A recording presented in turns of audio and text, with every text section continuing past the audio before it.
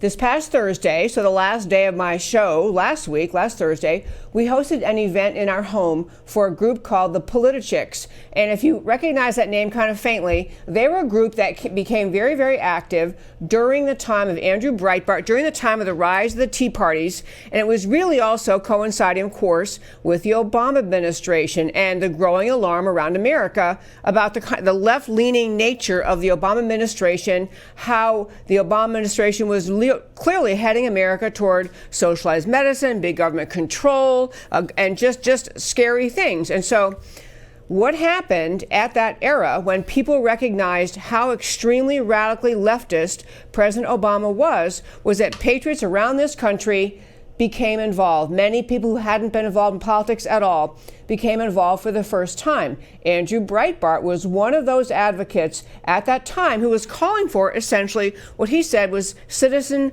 journalism. The idea that we can't just wait to have the politicians, the candidates, the elected officials telling us what truth is, and that we actually could not even trust the media to tell us what truth is. That we, patriots in America, people of all backgrounds in this country who love this precious country, needed to organize, rise up, and be part of protesting against the larger, big picture direction of this country. That was what the Tea Party movement was about. That was what Andrew Breitbart was about. And a group emerged at that time called the PolitiChicks. It's actually two women, one named Anne Marie Murrell and the other named Morgan Brittany. Both of them had been in Hollywood. Both of them were actresses. And both of them were in a world, because they're in Hollywood, surrounded by leftists, surrounded by people who very much embraced what President Obama was doing to this country. When we had the car company bailouts, and we had the mortgage bailouts, and we had the growing power of the federal government, all sorts of arenas in American life,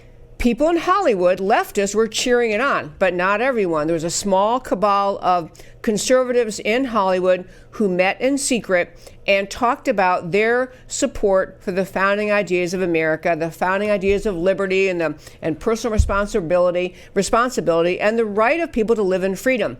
These people got more and more involved. So at our home last Thursday, the PolitiChicks, again, Anne Marie Murrell and Morgan Brittany, they were part of the Hollywood cabal that said, we're not going to just surrender to what President Obama is doing to this country. They joined the movement to speak up for America. And the way they did it, they told these stories at our home last week, and it was really fun to hear them. But Anne Marie Murrell went to some secret meeting of Hollywood conservatives where they had Andrew Breitbart come in and speak.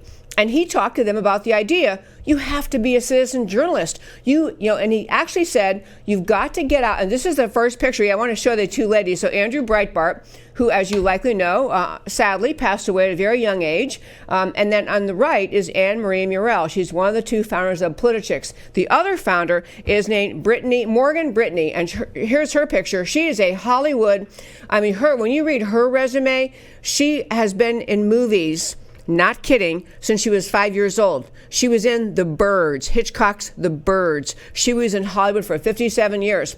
So these two, though, banded together, and they basically, beyond being the citizen journalist, Anne Marie Murrell, she said she went home and bought a video camera and just started going to some of the Tea Party protests and the people protesting against Obamacare and protesting against the federal government's growing power. And she said she wasn't actually that comfortable doing it, but she got a hold of the microphone. She had a recording microphone. She had her video camera, and she just said, hey, excuse me, microphone in someone's face. Why are you here? She said 99% of the people were happy to talk while they were there. And then she started going to asking the same kind of questions to people who were on the left. Why are you here? What do you believe in? Why do you stand up? Why are you standing up for the leftist policies? What is it you believe? The two of them formed PolitiChicks, and they basically just became this phenom during that era and still to today of speaking up for conservative ideas, pointing out in particular, because they know a lot about it, Hollywood's role in not just supporting candidates and elected officials, but Hollywood's role in distorting, contorting, and destroying the American culture, the American family. The idea that Hollywood's images, what they depict as normal, reasonable behavior, which for most of human history we all knew is not normal and reasonable behavior, how they and through their films and movies and storylines, seem to be almost advocating for the destruction of the nuclear family. They talk about many, many issues.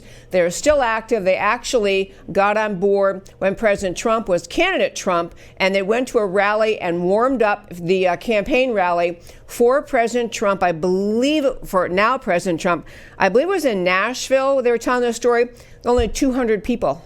But they kind of got the idea this guy gets what America is. So anyway, very entertaining to have them in our home, to get to interview them. But also the reason I want to share this with you in the show today is they're really an example of what I want to talk about a lot in our show today, which is the idea that every individual American, every one of you listening, every individual American has power to shape the American political conversation, to do your part to bring America back from, what we were under, we had under President Obama, to speak up for the direction America is now headed under President Trump, to point out the danger of the policies the American left is supporting, especially the policies brought to us, most sadly, by Bernie Sanders, who is apparently going to become the Democrats' nominee. We'll get to him a little while today. But that, my friends, is today's First Five.